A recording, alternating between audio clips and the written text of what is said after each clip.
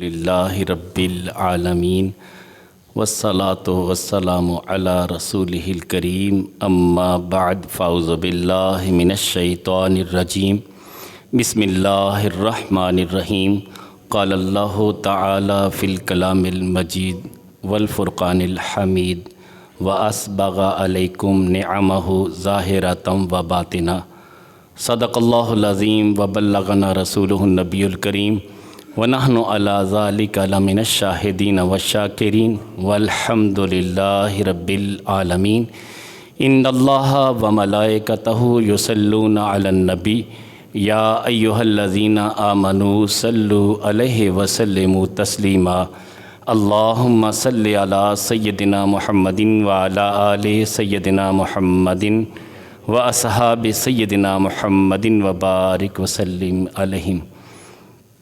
میرے نہایت ہی واجب الاحترام ذی قدر وذی محترم وذی محتشم بزرگ و دوستو، خالق کائنات جل وعلا نے اپنی لاریب کتاب میں ارشاد فرمایا وَأَسْبَغَ عَلَيْكُمْ نِعَمَهُ ظَاہِرَةً وَبَاطِنًا، ہم نے تمہیں اپنی کچھ ظاہری نعمتیں بھی دی ہیں، باطنی نعمتیں بھی دی ہیں۔ پتہ یہ چلا کہ کچھ نعمتیں ایسی ہیں کچھ ظاہری طور پہ ملتی ہیں، کچھ باطنی طور پہ ملتی ہیں۔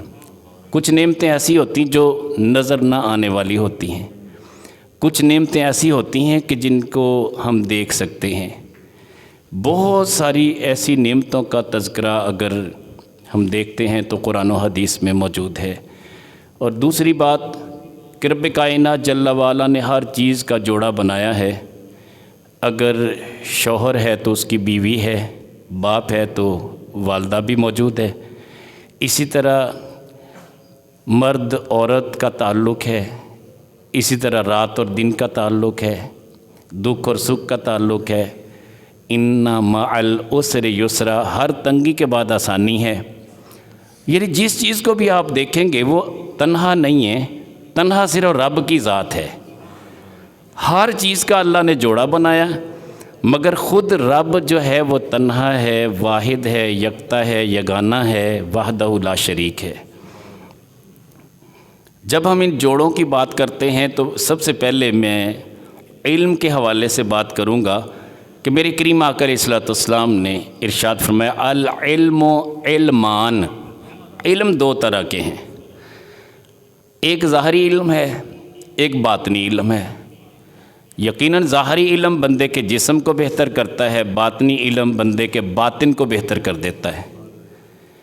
حضرت سیدنا ابو ہریرہ رضی اللہ تعالیٰ عنہ جب میرے کریم آقا علیہ الصلوۃ والسلام کی بارگاہ میں تشریف لائے، عرض کی یا رسول اللہ صلی اللہ علیہ وسلم، میں جب آپ کی مجلس میں بیٹھتا ہوں، آپ جو کچھ ارشاد فرماتے ہیں میں ان کو یاد کرنے کی کوشش کرتا ہوں، لیکن میری قوت حافظہ اتنی کمزور ہو گئی ہے کہ کچھ دیر کے بعد میں بھول جاتا ہوں۔ یا رسول اللہ صلی اللہ علیہ وسلم، مجھے قوت حافظہ چاہیے۔ سچی بات تو یہ ہے کہ آج کا اگر کوئی حکیم ہوتا وہ کہتا ہے بادام کھایا کرو، سونف استعمال کرو، فلاں نسخہ استعمال کرو، مگر میرے کریم آقا علیہ الصلوۃ والسلام وہ حکیم ہیں، وہ طبیب ہیں کہ اس کے لیے، میرے کریم آقا علیہ الصلوۃ والسلام کے لیے کسی بھی قسم کی کوئی دوائی کی حاجت نہیں ہے، سرکار کی نگاہ ہی کافی ہے۔ اور نگاہ نبوت کا جب فیض ملتا ہے تو دل بھی بدل جاتے ہیں، تقدیریں بھی بدل جاتی ہیں۔ میرے کریم آقا علیہ الصلوۃ والسلام نے ارشاد فرمایا کہ اے ابو ہریرہ اپنی چادر بچھاؤ۔ حضرت سیدنا ابو ہریرہ رضی اللہ تعالیٰ عنہ چادر بچھاتے ہیں، میرے کریم آقا علیہ الصلوۃ والسلام ید اللہ والے دونوں ہاتھ بلند کر کے ایسے فضا میں بلند کرنے کے بعد اس بچھائے ہوئے کپڑے میں ڈال دیتے۔ ایک بار نہیں، دو بار ایسا کیا۔ سیدنا ابو ہریرہ رضی اللہ تعالیٰ عنہ کہتے ہیں کہ بظاہر ہاتھوں میں کچھ نہیں تھا، ظاہری چیز تو نظر آتی ہے، یہ ایک باطنی چیز تھی۔ علم ایک نور ہے، یہ نور جب دیا جاتا ہے تو بظاہر یہ نظر نہیں آتا۔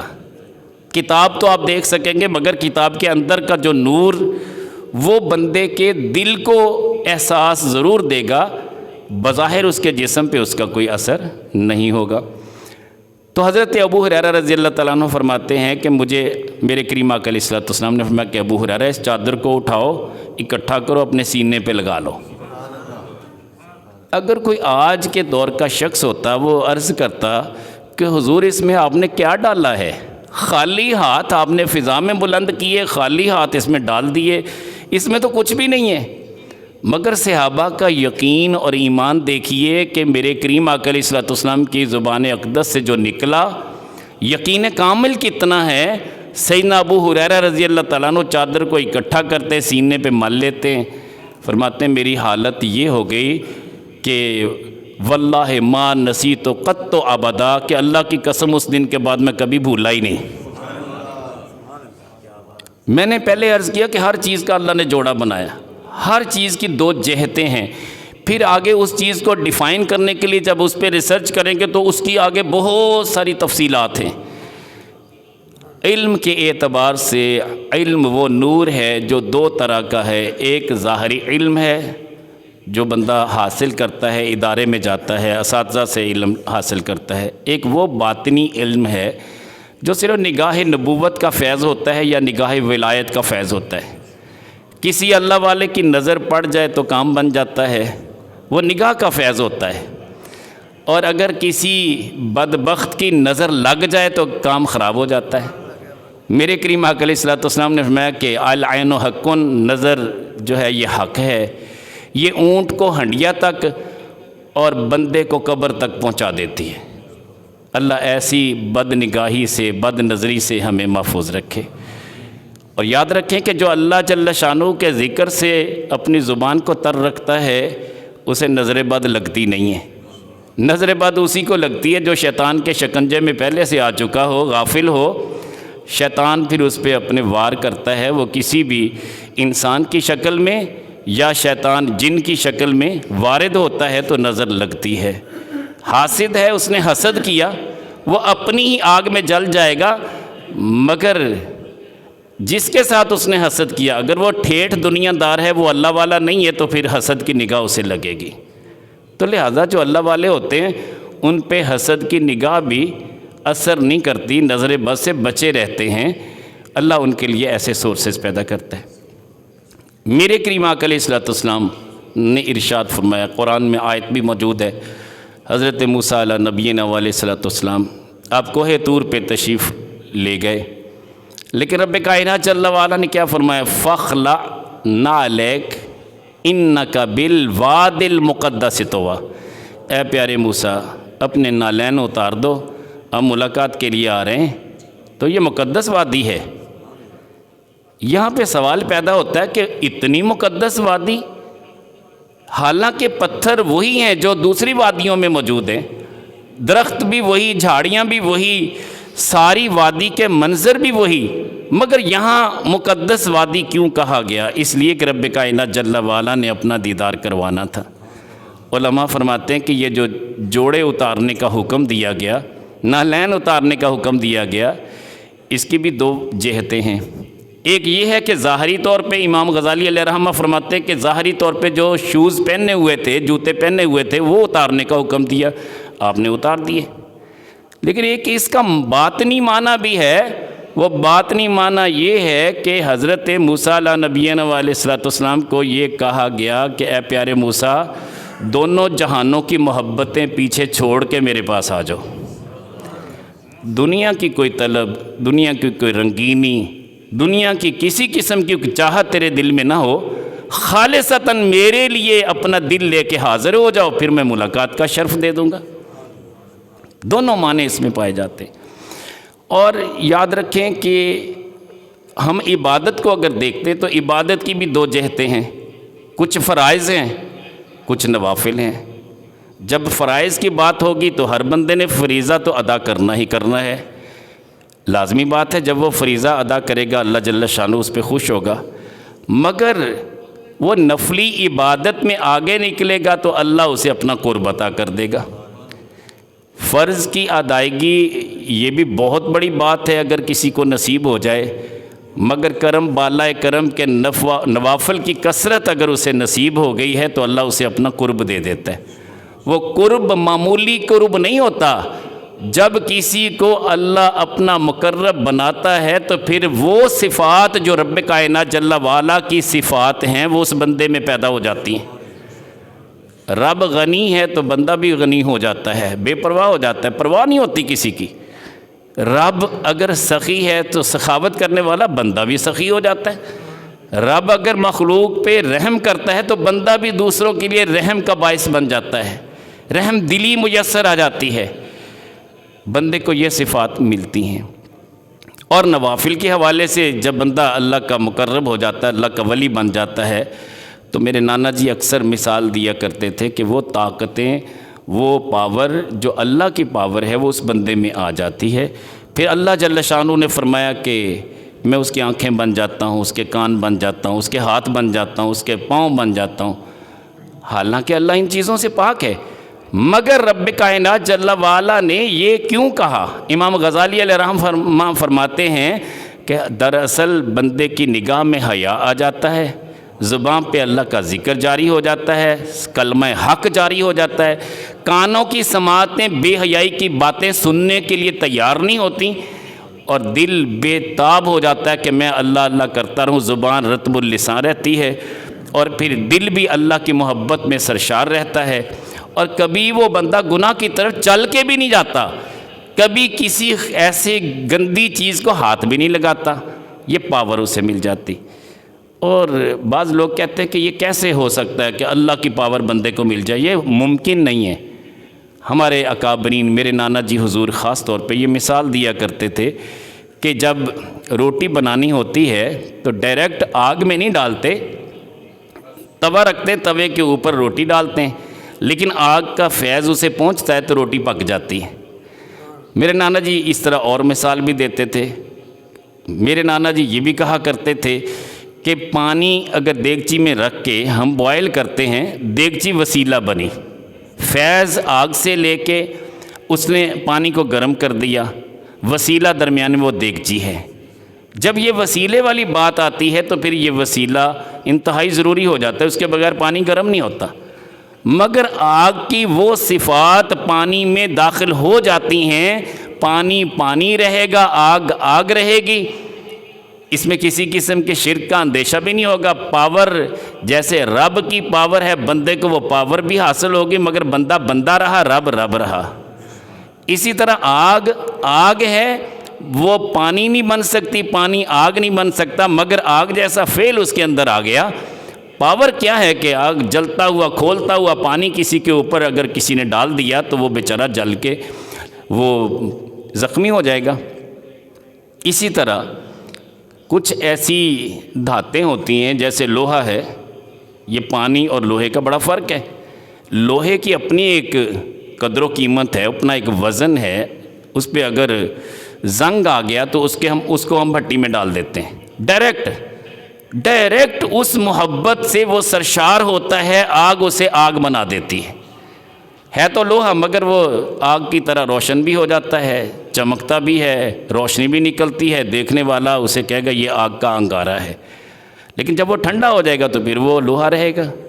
لیکن جب اس میں حرارت پوری کی پوری آگ کی آ گئی تو وہ اس قابل ہے کہ وہی لوہا اٹھا کے کسی بھی چیز پہ رکھیں گے اسے آگ لگ جائے گی۔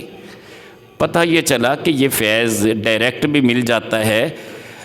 انبیاء علیہ السلام کا یہ خاصہ ہے کہ ان کو اپنے رب سے ڈائریکٹ ہم کلام ہونے کا موقع ملتا ہے، مگر جو اولیاء ہوتے ہیں وہ نبی رحمت سرکار دو جہاں مالک کون و مکان صلی اللہ علیہ وسلم کے وسیلے سے ملتے ہیں۔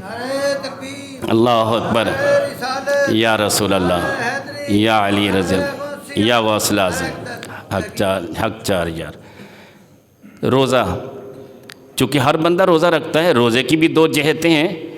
ایک وہ روزہ ہے کہ جو ہم نے اپنے جسم کے لیے رکھا، جسم کو بہتر کرنے کے لیے رکھا، بھوک کے رہنے کا ایک معیار وہ نصیب ہوا کہ صبح سے لے کے شام تک ہم کھا نہیں رہے، ہم کسی بھی حلال چیز کو بھی اپنے لیے حلال نہیں رکھ رہے، اس لیے کہ ہم نے روزہ رکھا ہوا ہے۔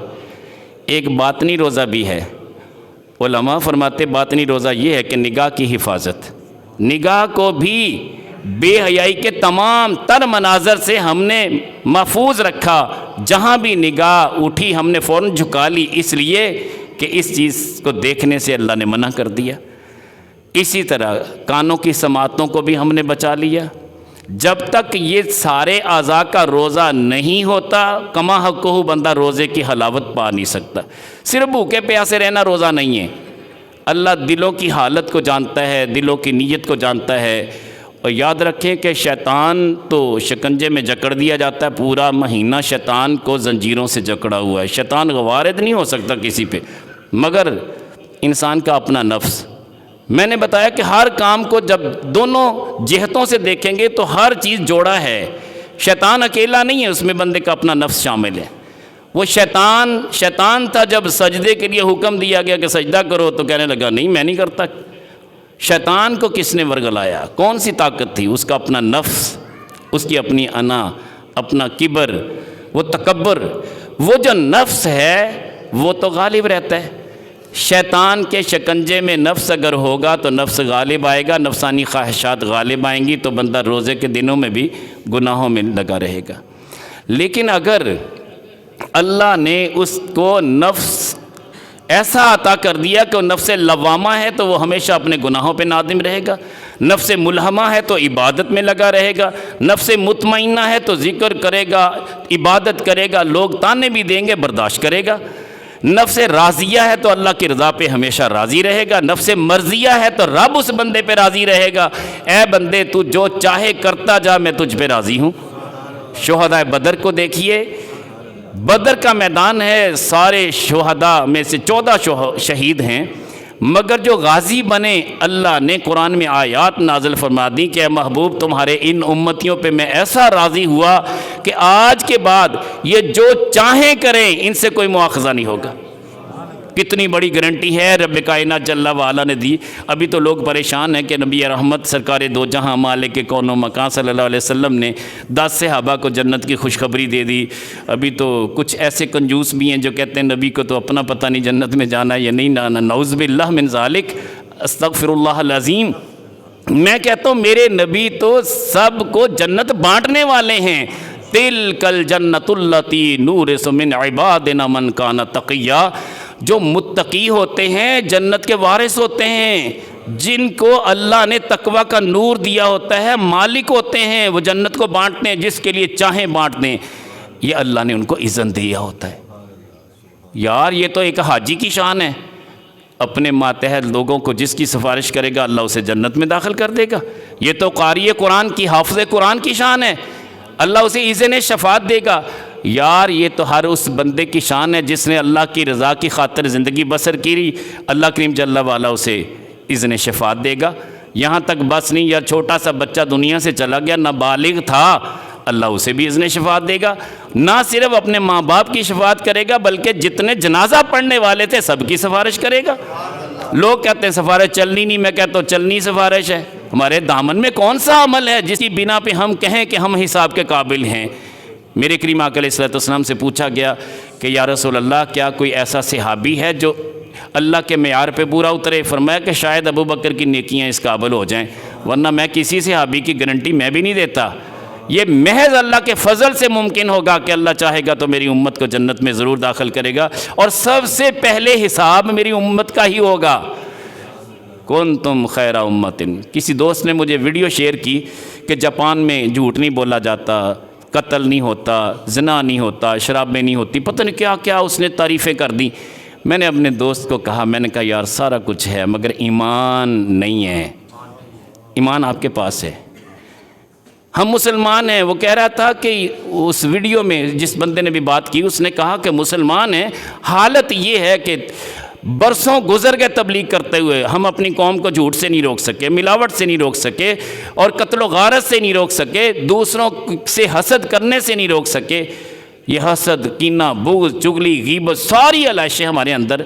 میں کہتا ہوں ہم پھر بھی خوش قسمت ہیں۔ اس نے کہا یہ کیسے ہو سکتا ہے؟ میں کہتا ہوں اس لیے کہ میرے رب نے سرٹیفکیٹ دیا، کنتم خیر امت، تم بہترین امت ہو۔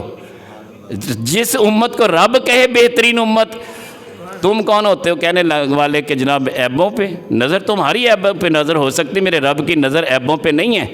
میرا رب کن کہنے پہ قادر ہے۔ شیطان نے قسم کھائی تھی کہ مالک میں تیرے بندوں کو گمراہ کروں گا، آگے سے آؤں گا، پیچھے سے، دائیں سے، بائیں سے، اور مجھے تیری عزت و جلال کی قسم میں گمراہ کروں گا۔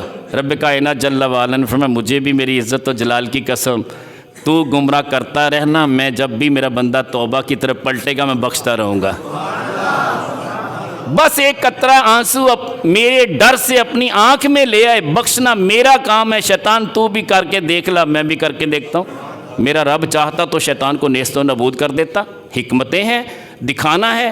کسی بندے نے کہا کہ اتنی گندی امت کی آپ تعریفیں کر رہے ہیں، میں نے کہا میں کر رہا ہوں اس لیے کر رہا ہوں، یقین کامل کے ساتھ کر رہا ہوں، کنتم خیر امت، سرٹیفکیٹ ہے۔ رہا یہ کہ سارے اعمال کا بنے گا کیا؟ اگر یہ گندے اعمال نہ ہوں گے تو توبہ کون کرے گا؟ معافی کون مانگے گا؟ اگر سارے ہی اچھے ہوئے پھر کیسے پتہ چلے کہ نبی رحمت کا صدقہ کیا ہے، وسیلہ کیا ہے، ان کی صحبت کا اثر کیا ہے، ان کی نسبت کا فائدہ کیا ہے؟ یہ سارے فائدے تو نبی رحمت کے صدقے میں، اتنے گندے بندوں کو بھی رب چنگا کہہ رہا ہے۔ سچی بات میں کہہ رہا ہوں، اس قابل نہیں ہے مگر اس کا کرم ہے۔ جب بھی بندہ پلٹتا ہے اتنے کروڑوں گناہ کرنے کے بعد بھی رب اسے اپنی بارگاہ میں شرف قبولیت دے دیتا ہے۔ بہت ساری باتیں اگر اس موضوع پہ کروں لیکن ٹائم چونکہ بہت کم ہے، میرا موضوع طویل ہے، میں عرض کر رہا ہوں کہ ہر چیز کے اللہ نے جوڑے بنائے ہیں، اور اگر ہم دیکھتے ہیں کہ عبادت، نفلی عبادت بھی ہوگی، فرض عبادت بھی ہوگی، ہم فرض عبادت کرتے ہیں، عبادت کے اندر بھی آگے 2 درجے اور ہیں۔ کچھ لوگ عبادت کرتے ہیں مطلب کے لیے، یہ بھی جائز ہے، منع نہیں ہے، جنت کے حصول کے لیے، دوزخ سے پناہ مانگنے کے لیے جائز ہے، منع نہیں ہے۔ میرے کریم آقا علیہ الصلوۃ والسلام نے اس کی بھی ترغیب دلائی اور جنت الفردوس مانگنے کا حکم دیا۔ اور سچی بات ہے کچھ لوگ اپنے وظیفے کرتے میرا فلاں کام ہو جائے، یاد رب کو کر رہے ہیں مگر پیچھے ایک نیت ہے کہ فلاں کام ہو جائے، یہ وظیفہ اس لیے پڑھ رہا ہوں۔ بڑے بڑے وظیفے ہیں، کوئی دنیا کو مسخر کرنے کے لیے سورہ فاتحہ کو بسم اللہ شریف سے ملا کے پڑھ رہا ہے، کوئی جناب لا حول ولا قوۃ الا باللہ العلی العظیم پڑھ رہا ہے۔ وجہ کیا؟ اللہ کے پیارے نبی صلی اللہ علیہ وسلم نے فرمایا 99 بیماریوں، مصیبتوں اور تکلیفوں اور پریشانیوں کا علاج لا حول ولا قوۃ الا باللہ العلی العظیم۔ کوئی قرآن کریم کی کوئی مخصوص صورت کو پڑھتا ہے کہ میرا فلاں کام ہو جائے۔ کچھ یہ لوگ ہیں مگر کچھ خواص وہ ہیں جن کو کسی سے کوئی سروکار نہیں ہے، مطلب نہیں ہے، لالچ نہیں ہے۔ ان میں حضرت رابعہ بصریہ رحمۃ اللہ علیہا، آپ کی شان دیکھیے کہ ایک ہاتھ میں آگ، ایک ہاتھ میں پانی، وجدانی کیفیت ہے، عجیب منظر ہے۔ کسی پوچھنے والے نے پوچھا کہ اماں جی آج خیر تو ہے، ایک ہاتھ میں آگ ایک ہاتھ میں پانی کیوں؟ کہنے لگے کہ مجھے بڑا دکھ ہوتا ہے کہ لوگ اللہ کی خاطر، اللہ کی رضا کے لیے عبادت نہیں کرتے، یا تو جنت کے لالچ میں کرتے ہیں یا دوزخ کے ڈر کی وجہ سے کرتے ہیں۔ بس میں تو اللہ سے دعا کر رہی ہوں کہ مالک ایک بار جنت میرے سامنے کر، میں اسے آگ لگا دوں، اور دوزخ میرے سامنے کر، میں پانی ڈال کے بجھا دوں، نہ دوزخ رہے نہ جنت رہے، فقط تیرے لیے خالصتاً عبادت ہو۔ اب یہ کہ وجدانی کیفیت تھی، کسی نے اسے غلط کہا، کسی نے صحیح کہا، ہر کسی کا اپنا مشرب، مگر بتانا یہ مقصود ہے۔ ابو الحسن شاذلی علیہ رحمہ بہت بڑے بزرگ ہوئے، بہت بڑے بزرگ۔ آپ فرماتے ہیں میں اپنے دوست کے ساتھ ایک غار میں محو عبادت تھا، محض اللہ کی رضا کے لیے محو عبادت تھا، کوئی اور مقصود نہیں تھا، کوئی طمع، کوئی لالچ نہیں تھی۔ میں جب عبادت میں مشغول تھا تو میں نے بیٹھے بیٹھے اپنے دوست کو حوصلہ دینے کے لیے کہا، کیونکہ کافی دنوں سے ہم بیٹھے تھے غار کے اندر۔ میں نے اپنے دوست کو حوصلہ دینے کے لیے کہا، میں نے کہا کہ اے میرے دوست، ہم انشاءاللہ اللہ کی رضا کے لیے بیٹھے ہیں، ہمارے لیے اللہ راستہ کھول دے گا، اور اللہ تک پہنچنے کا جو ہم نے یہ عمل شروع کیا انشاءاللہ ہم اللہ تک پہنچیں گے۔ میرا خیال اگر دیکھا جائے تو اس میں کوئی غلط بات تو نہیں تھی۔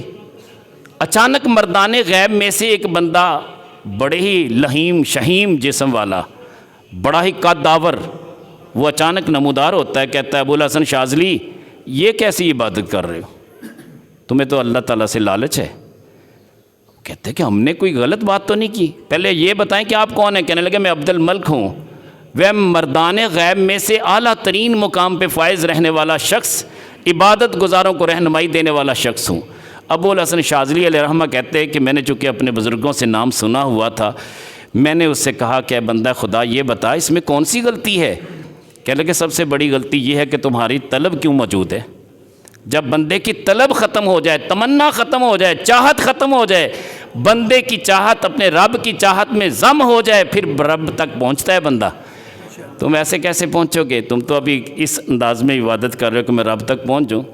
یاد رکھنا کہ مالی دا کم پانی لاؤنا پر مشکاں پاوے، مالک دا کم پھل پھول لانا لاوے یا نہ لاوے۔ شان بے نیازی کی عبادت کرو۔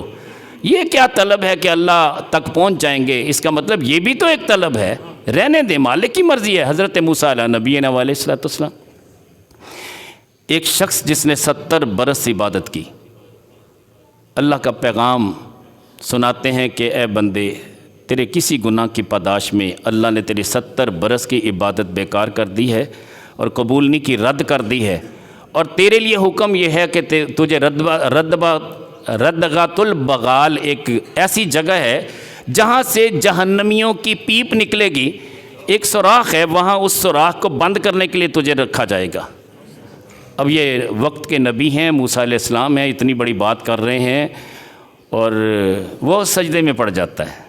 سبحان ربی الاعلیٰ، سبحان ربی الاعلیٰ کی صدا، اس کی آواز بلند ہوتی ہے۔ موسیٰ علیہ السلام حیرت سے تکنے لگے کہ بندہ کیسا ہے؟ میں نے تو اسے ڈر سنایا اور دوزخ کے بارے میں بتایا کہ تو دوزخ کے اس جگہ پہ جائے گا جہاں پہ زخمیوں کی پیپ نکلے گی، اللہ نے تیرا انتخاب اس کے لیے کیا ہے۔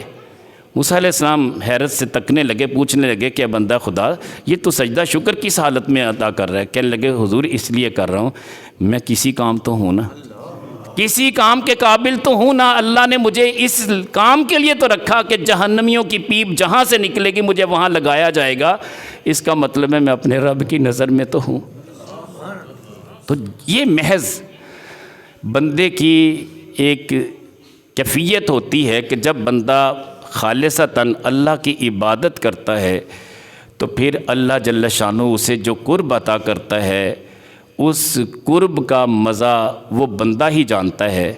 سچی بات ہے، ہم تو مطلب کے بندے، ہماری تو کوئی نہ کوئی تمنا، ہماری کوئی نہ کوئی حاجت ہے، اور یاد رکھیں کہ یہ بھی بڑے افضل ترین بندے ہیں جو اپنے رب سے مانگتے ہیں اپنی حاجات۔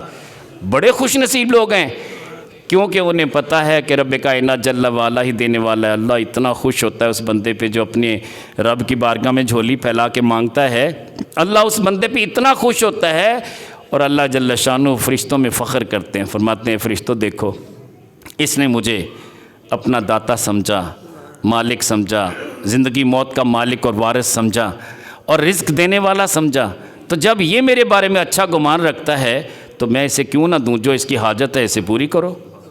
فرشتوں کو مامور کر دیا جاتا ہے، میرا رب اتنا کریم ہے۔ تو میں یہ کہتا ہوں کہ اگر ہم اسی چیز کو آگے لے کے چلیں تو صدقہ و خیرات، اس میں بھی 2 طرح کے صدقے ہیں، ایک صدقہ واجبہ ہے، ایک صدقہ نافلہ ہے۔ صدقہ واجبہ یہ ہے کہ جو چیزیں ہمارے اوپر فرض ہوگی، زکوٰۃ فرض ہے، ہم نے دینی ہی دینی ہے، وہ تو ہمارے اوپر فرض ہے۔ کسی جگہ پہ ہم نے قسم اٹھائی اور قسم کا کفارہ یہ بھی ہمارے اوپر لازم ہو گیا۔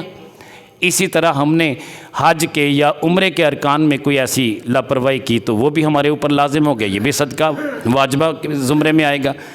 کچھ صدقات نافلہ ہوتے ہیں جو بندہ ایڈیشنل طور پہ کرتا ہے، جو ذمہ داری نہیں ہوتی، مگر اللہ نے اسے منتخب کیا ہے کہ اس بندے کی بخشش کا ذریعہ بنانا ہے، اللہ اسے کام لے لیتا ہے، اس لیے کہ اللہ نے اس امت کو بخشنا ہے، بخشنے کے بہانے بناتا ہے اللہ، تو پھر اللہ اسے توفیق دے دیتا ہے اور وہ صدقہ و خیرات میں آگے نکلتا ہے۔ کبھی جناب رفع عامہ کے کام کر رہا ہے، کبھی ادارے بنا رہا ہے، کبھی علماء کی خدمت، کبھی غرباء مساکین کی خدمت۔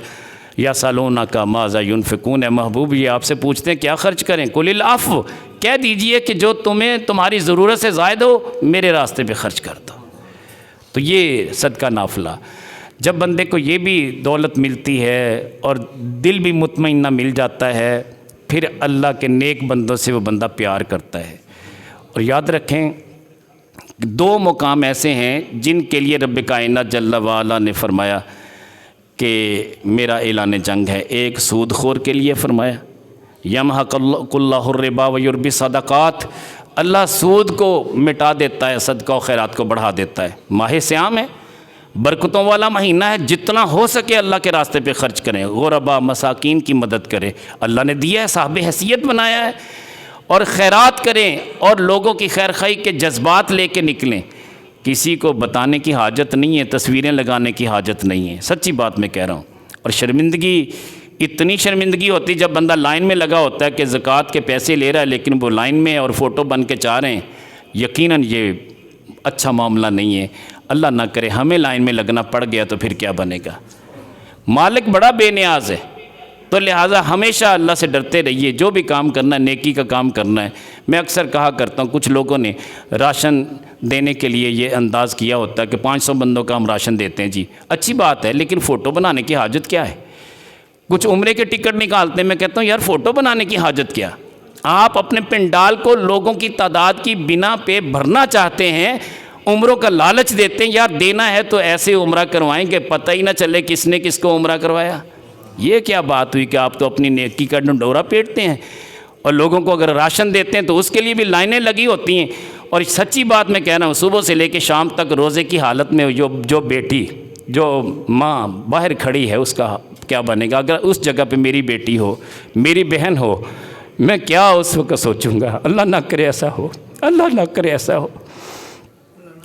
اگر اللہ کی رضا کے لیے خرچ کرنا ہے تو پھر اتنا در پردہ خرچ کریں کہ کسی کو پتہ نہ چلے، کسی ماں بہن بیٹی کی عزت کو اس طرح تاتار نہ کریں کہ اسے شرمندہ کر دیں، اس کے فوٹوز نہ بنائیں۔ ہاں ٹھیک ہے، پیشہ ور لوگ ہیں، ان سے آپ ایوائڈ کرتے ہیں تو ایوائڈ کریں، آپ ان کو تھوڑا دے دیں، آپ کو پتہ ہے، کنفرم ہے کہ یہ پیشہ ور لوگ ہیں، مگر یار خالی ان کو بھی نہ لوٹائیں، آپ تھوڑا سا دے دیں۔ میرے کریم آقا علیہ السلام نے فرمایا کہ عائشہ، اگر کوئی سائل آ جائے تمہارے گھر میں، اگر بکری کا جلا ہوا کھر موجود ہو تو وہی دے دیا کرو۔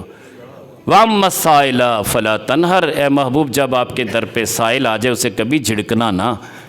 اور یاد رکھیں کہ ہر چیز کی دو جہتیں میں عرض کر رہا تھا۔ میرے کریم آقا علیہ السلام کو رب کائنات جل وعلا نے فرمایا کہ فَإِنَّكَ بِأَعْيُنِنَا، اے محبوبہ ہماری آنکھوں میں بستے۔ جو محبوب رب کی آنکھوں میں بستا ہو، معراج پہ بلانے کی حاجت کیا تھی؟ میں کہتا ہوں جو محبوب رب کی آنکھوں میں بستا ہو، رب کائنات جل وعلا کا محبوب فرما رہا ہے لی مع اللہ وقت، میرا اپنے رب کے ساتھ ایک خاص وقت ہے۔ بات یہ ہے کہ اتنا قرب میرا رب اپنے محبوب کو دیتا ہے، اور میرے کریم آقا علیہ السلام حریم ناز میں رہتے ہیں، وہ تنہائی آپ کو بھی میسر ہے، مجھے بھی میسر ہے۔ کاش کہ ہم چند لمحات ایسے گزار لیں جن میں کوئی بھی مخل نہ ہو، ہماری اولاد، ہمارا مال، ہمارے کسی بھی قسم کے کوئی ایسی جائیداد ہمارے رکاوٹ میں نہ ہو، ہمارے خیالات بھی ہمارے لیے رکاوٹ نہ بنے۔ محض اللہ کی رضا کے لیے جب ہم تنہائی میں بیٹھیں گے تو اس کا ایک لطف پائیں گے، ایک حظ پائیں گے، اس کی ایک حلاوت پائیں گے۔ تو میں بات کر رہا تھا حضرت محی الدین ابن عربی علیہ رحمہ کے حوالے سے۔ یہ اتنے بڑے بزرگ ہوئے ہیں، ان کا مزار پر انوار دمشق میں ہے، مجھے وہاں جانے کا شرف ملا۔ اولیاء اللہ یقین جانیے کہ کبھی بھی کسی بھی اللہ کے ولی سے ٹکر نہیں لینی۔ اگر کوئی بات سمجھ نہیں آتی تو آپ سمجھنے کی کوشش تو بے شک کر لیں، لیکن کم از کم مقابلے میں نہ آئیں، کبھی تان و تشریح نہ کریں، کیونکہ یہی اولیاء کل قیامت کے دن کام آنے ہیں۔ سچی بات ہے۔ میرے کریم آقا علیہ السلام فرماتے ہیں 99% محبت اللہ نے اپنے اولیاء کے لیے محفوظ رکھی ہے۔ پوری کائنات کی محبت 1% ہے۔ قیامت کے دن اولیاء امتی، میری امت کے اولیاء کے لیے 99% محبت ہوگی جو قیامت کے دن ان اولیاء کو بخشی جائے گی۔ یہ بخشش کا سبب بنیں گے۔ یاد رکھیں کہ جس نے کسی کو پانی کا گلاس بھی پلایا ہوگا وہ بھی دامن پکڑ کے کہے گا کہ حضور آپ جا رہے ہیں، میں نے آپ کو فلاں وقت پانی کا ایک گلاس پلایا تھا، تو حضور رک جائیں گے۔ اسی طرح کھانا کھلایا تھا، کوئی احسان کیا تھا، کوئی رفاع عامہ کا کام، مسجد مدرسے کا کام، جو ان کا مشن تھا اس میں معاونت کی تھی، آپ کا رائٹ ہوگا کہ آپ اس اللہ کے نیک بندے کا دامن پکڑ کے کہیں گے کہ آپ جنت میں جا رہے ہیں، مجھے ساتھ کیوں نہیں لے کے جا رہے؟ وہ رک جائیں گے، اللہ کی بارگاہ میں عرض کریں گے کہ مالک و مولا تو تو شان بے نیازی کا مالک ہے، ان بندوں کے کچھ ایسے حقوق ہیں جو ہمارے ذمے ہیں، ہم ان کو بدلہ نہیں دے پائے، مالک ان کا بہتر بدلہ تو ہی دے سکتا ہے۔ اللہ جل شانہ فرمائے گا کہ اے میرے نیک بندو بتاؤ تو صحیح ان کو کون سا بدلہ دوں، کم سے کم بدلہ کیا ہوگا؟ عرض کریں گے مالک ان کو بھی ہمارے ساتھ جنت میں بھیج دے۔ تو لہٰذا ایک سود کے لیے، دوسرا اللہ کے ولی کے ساتھ ناراضگی، عداوت اور دشمنی رکھنے سے اللہ نے منع کیا، اعلان جنگ فرمایا۔ حضرت محی الدین ابن عربی علیہ رحمت جن کے مزار پر انوار پہ مجھے جانے کا شرف ملا، میں نے نماز جمعہ وہاں پڑھی، علماء ساتھ تھے، مجھے جب ان کے خطباء سے ملنے کا موقع ملا، 3 خطیب ہیں اس مسجد کے، تینوں خطیب اپنا اپنا بیان تیار کر کے آتے ہیں، صاحب مزار کے مزار پہ بیٹھ جاتے ہیں۔ محی الدین ابن عربی علیہ رحمہ کا فیضان آج بھی جاری و ساری ہے، اور ان سے بات کرتے ہیں، اپنا اپنا بیان پیش کرتے ہیں کہ حضور آج میں اس موضوع پہ بیان تیار کر کے لایا۔ دوسرا خطیب کہتا ہے حضور آج میں اس موضوع پہ بیان تیار کر کے لایا۔ تیسرا خطیب کہتا ہے میں اس موضوع پہ تیار کر کے لایا۔ جس کے بارے میں آپ پسند کر لیتے ہیں، آپ دونوں کے دلوں میں ڈال دیتے ہیں کہ آج خطاب فلاں کرے گا، اور وہ اٹھ کے مراقبے میں بیٹھے ہوتے ہیں، مکاشفے میں بیٹھے ہوتے ہیں، وہ اٹھ کے اس کے ہاتھوں کا بوسہ لیتے کہ آج ڈیوٹی تمہاری لگ گئی۔ ایک بار ایک خطیب ایسا بھی تھا جس نے اصرار کیا کہ یار میں ان باتوں کو نہیں مانتا، میں نے جو بیان تیار کیا اتنا زبردست ہے، آج مجمع میں نے وہ بیان کرنا ہے، آج مجھے ہر صورت اجازت دیں۔ جب وہ ممبر پہ بیٹھا سارا بیان ہی ذہن سے حذف ہو گیا۔ یہ تو وہ کرامت جو ان کے خطیبوں کی زبانی میں سن کے آیا ہوں۔ ان کے بالکل ساتھ ہی حضور قبلہ علامہ عبد الغنی نابلسی رحمۃ اللہ علیہ، جن کی کتابیں بہت بڑی کتابیں، آج بھی میں نے اپنا موضوع بھی اسی کتاب سے تیار کیا ہے، ان کے مزار پر انوار پہ جانے کا شرف ملا۔ تو اصلاح اعمال کے حوالے سے بہت پیاری بک لکھی انہوں نے، بہت ساری کتابیں جو علماء کے درس و تدریس کے باقاعدہ اداروں میں بھی موجود ہیں۔ اور ان کے مزار سے کچھ فاصلے پہ آگے ایک کرد بزرگ ہے جن کا پاؤں مبارک آج بھی مزار پر انوار کے باہر ہے۔ ہوا یہ تھا کہ 2 بندے آپس میں لڑ پڑے، بحث ہو رہی تھی کہ اللہ کے ولی زندہ ہوتے ہیں یا مر کے فنا ہو جاتے ہیں، تو بات آپس میں طول پکڑ گئی۔ ایک جذبات میں آ کے کہنے لگا کہ میں قسم کھا کے کہتا ہوں یہ اللہ کا ولی ہے اور زندہ ہے۔ وہ کہتا ہے نہیں جی قبر کے اندر ہے، تو کیسے جانتا ہے؟ اتنے میں قبر پھٹی، پاؤں باہر آیا، اس پاؤں کا ناخن بھی کاٹا جاتا ہے۔ بہت بڑے مفتی اشفاق صاحب خانے وال کے رہنے والے، ان کے والد بلکہ ان کا صاحبزادہ ہمیں چونکہ ملک شام لے کے گیا تھا، علامہ امجد صاحب دامت برکاتہم العالیہ، وہ فرماتے کہ میرے والد صاحب نے اسی طرح بیان میں جب یہ چیلنج کیا تو ایک شخص کھڑا ہو گیا، کہنے لگا حضرت میں آپ کی اس بات پہ اتفاق نہیں کرتا، یہ ناممکن بات ہے آپ جو کر رہے ہیں، تو آپ کا سارا خرچ میرے ذمہ ہوگا، ہم ملک شام جاتے ہیں، مجھے آپ دکھائیں۔ تو کہنے لگے کہ ابھی چلتے ہیں، مسئلہ ہی نہیں۔ اگلے دن ویزا لیا، چلے گئے دونوں۔ قبلہ علامہ مفتی اشفاق صاحب نام ہے ان کا خانے وال میں، جنہوں نے فیضان سنت کی تقریض لکھی ہے شروع میں، وہ وہاں چلے گئے تو 8 دن پہلے ناخن، 20 دن پہلے غالباً ناخن کاٹا گیا تھا، تو 20 دن کے بعد اتنا ناخن بڑا ہوا تھا کہ دوبارہ تبرک وہاں سے لے کے آئے۔ بات یہ ہے کہ اللہ کے ولیوں سے کبھی ٹکر نہیں لینی، سچی بات۔ نہ سمجھ میں آئے خاموش ہو جانا، کل قیامت کے دن ان کی ضرورت پڑے گی، سچی بات ہے۔ اللہ کے ولی ہوتے کون ہیں؟ یہ ملنگ اللہ کے ولی نہیں ہوتے جنہوں نے بڑے بڑے کڑے پہنے ہوتے ہیں، گلے میں مالائیں پہنی ہوتی ہیں، زرق برق لباس پہنے ہوتے ہیں، چرس کے سوٹے لگا رہے ہوتے ہیں، یہ اللہ کے ولی نہیں ہیں، یہ تو شیطان کے چیلے ہیں۔ اور سچی بات ہے، جن کو کہتے ہیں پہنچی سرکار، تو میں کہتا ہوں کہ یہ پہنچی سرکار جہنم والی سرکار ہے، اس لیے کہ یہ شریعت کا تارک ہے۔ امام غزالی علیہ رحمہ نے بہت کچھ لکھا، میرے حضور غوث پاک رحمۃ اللہ علیہ نے اللہ کے ولیوں کی شان لکھی۔ آپ محی الدین ابن عربی علیہ رحمہ کی کتاب میں پڑھیں، شریعت کا دامن چھوڑ کے کوئی بھی اللہ کا ولی نہیں بن سکتا، یاد رکھیں۔ شریعت سب سے پہلے ہے، طریقت اس کے بعد ہے۔ طریقت کیا ہے؟ میں نے اپنے بابا جی سے پوچھا کہ سادہ سے لفظوں میں مجھے سمجھائیں کہ شریعت کیا ہے، طریقت کیا ہے۔ میرے بابا جی کہنے لگے کہ بیٹا شریعت یہ ہے کہ 2.5% زکوٰۃ ہے، طریقت یہ ہے کہ 2.5% نہیں ہے، 97.5% زکوٰۃ ہے، اللہ کے راستے پہ اتنا دینا ہے، اس کو طریقت کہتے۔ مجھے بتائیں 2.5% 97.5 میں آ گئی نا، زکوٰۃ بھی ادا کر دی، اس کے علاوہ بھی جو تھا سارا خرچ کر دیا، یہ ہے شریعت طریقت۔ تو اس طرح اس کے درجے ہیں. شریعت آخر تک ساتھ رہے گی. جو بندہ کسی بھی مرتبے پہ پہنچ کے اور آگے جا کے یہ کہے کہ میں نے تو شریعت کی منزلیں طے کر لیں، اب میں طریقت میں چلا گیا، تو اس جیسا گمراہ شخص کوئی نہیں ہے. یاد رکھیں شریعت محمدی وہ شریعت ہے جس کی بنا پہ ہمیں اللہ نے یہاں پہ صاف ستھرا کرنا ہے. یہ شریعت یہ پل صراط ہے. میرے بابا جی کہا کرتے تھے بیٹا پل صراط تو قیامت کے دن آپ نے دیکھنا ہے. یہ شریعت پہ عمل کر لیں، یہی پل صراط اس دور میں آپ کو نظر آئے گا. اتنا مشکل ہے اس شریعت کے دامن کو تھام کے چلنا. وہ بے شک آپ کے عقیقے کی رسم ہو، چاہے شادی بیاہ کی رسمیں ہوں، ان رسومات کو دیکھ لیں کہ ہم کتنے غیر شرعی کام کر رہے ہیں. ایک صحابی آئے، انہوں نے اپنی انگوٹھی پہنی ہوئی تھی سونے کی، بحرین سے آئے تھے. پہلی بار جب سے یہ انگوٹھی کا فتویٰ میرے کریم آقا علیہ السلام نے دیا کہ سونے کی انگوٹھی مرد کے لیے حرام. آج تو کڑے پہنے ہوئے ہیں. یہ لوہے کا، پیتل کا، تانبے کا کوئی بھی کڑا کسی بھی مرد کے لیے جائز نہیں ہے. میرے نبی صلی اللہ علیہ وسلم نے منع کیا. مولا علی شیر خدا نے منع کیا. آپ کہتے ہیں علی کے ملنگوں کے لیے کڑے ہوتے ہیں. یار نہیں، سچی بات ہے. جس بندے نے چوڑیاں پہنی ہوئی ہیں وہ کام کیا کرے گا؟ سچی بات ہے. چوڑیاں تو عورتوں کا زیور ہے. تو لہٰذا بتانا یہ تھا کہ میرے کریم آقا علیہ السلام نے رخ انور پھیر لیا. وہ صحابی اٹھ کے دوسری طرف آیا جدھر کو رخ تھا. سرکار مدینہ صلی اللہ علیہ وسلم نے رخ انور پھیر لیا. تو صحابہ سے اس نے عرض کی کہ سرکار کس لیے ناراض ہیں؟ کہنے لگتا ہے یہ جو تو نے سونے کی انگوٹھی پہنی ہوئی ہے اس پہ ناراض ہیں. اس نے اتار کے اللہ کے پیارے نبی صلی اللہ علیہ وسلم کے ہاتھ میں دی. عرض کی حضور اگر اس وجہ سے ناراض ہیں یا قبول فرمائیں. میرے کریم آقا علیہ السلام نے سونے کی انگوٹھی اس طرح پھینکی زور کے ساتھ کہ وہ دور جا کے گری.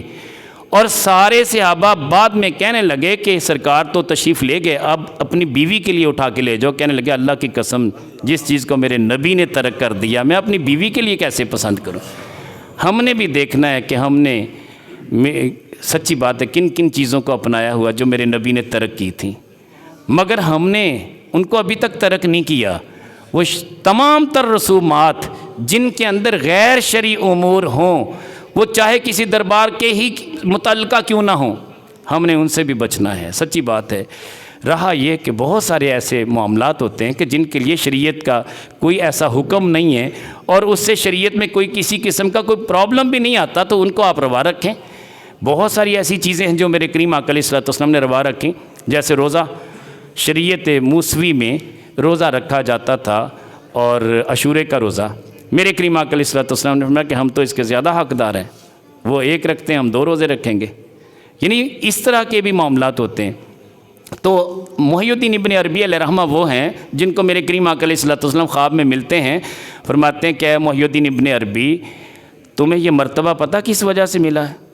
یہ اس وجہ سے ملا ہے کہ ایک اللہ کا نیک بندہ تھا، اس نے اپنی ولایت کا اظہار کیا، حالانکہ ابھی وہ اس مقام پہ فائز نہیں تھا نیک بندہ، مگر اس مقام پہ ابھی فائز نہیں تھا. تو نے اس کے مرتبے کے مطابق اس کا احترام کیا تھا اور اس کے ہاتھوں کا بوسہ لیا تھا. تو نے کہا تھا کہ جو اس نے کہہ دیا ہے میں تو آنکھیں بند کر کے اس پہ یقین رکھتا ہوں کہ واقعی یہ اللہ کا نیک بندہ ہے. تو اے محی الدین ابن عربی، یہ مقام ابرار جو ہم نے تمہیں دیا ہے صرف اس وجہ سے کہ تو نے ایک اللہ کے ولی کی عزت کی تھی، احترام کیا تھا. اور امام شافعی علیہ رحمہ میرے کریم آقا علیہ السلام ملتے ہیں. امام شافعی وہ ہیں امام بشر حافی علیہ رحمہ.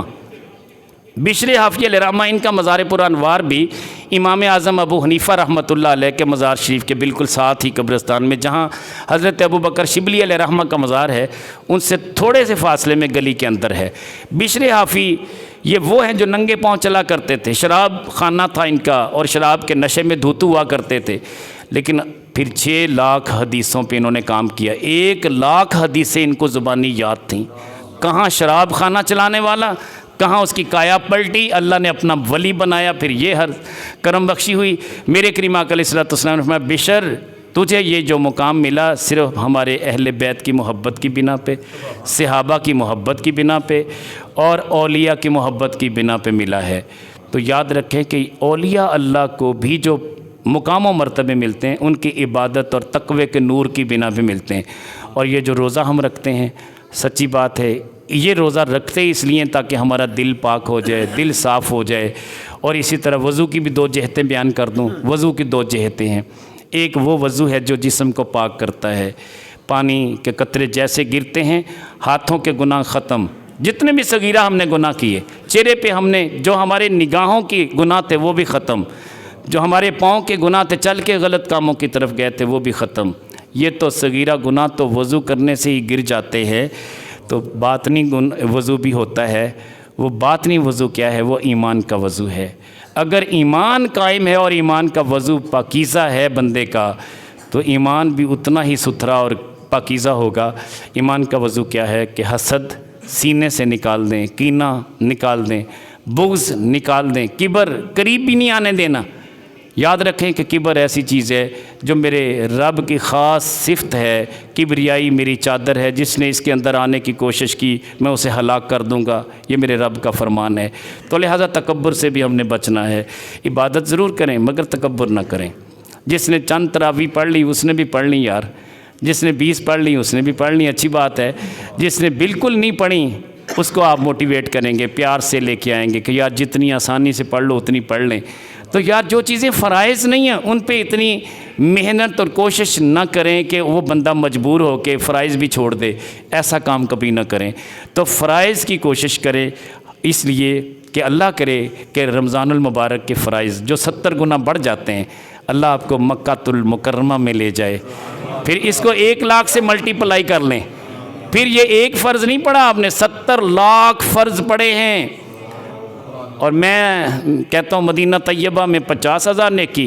میرے کریم آقا علیہ السلام نے عرض کی کہ مالک میرے شہر مدینہ کو مکے سے 2 گنا برکتیں دے۔ مکے سے 2 گنا برکتیں کیسے ملیں گی؟ وہاں 1 لاکھ ہے تو یہاں 2 لاکھ۔ یہ عوام کی بات نہیں ہے، میں خواص کی بات کر رہا ہوں۔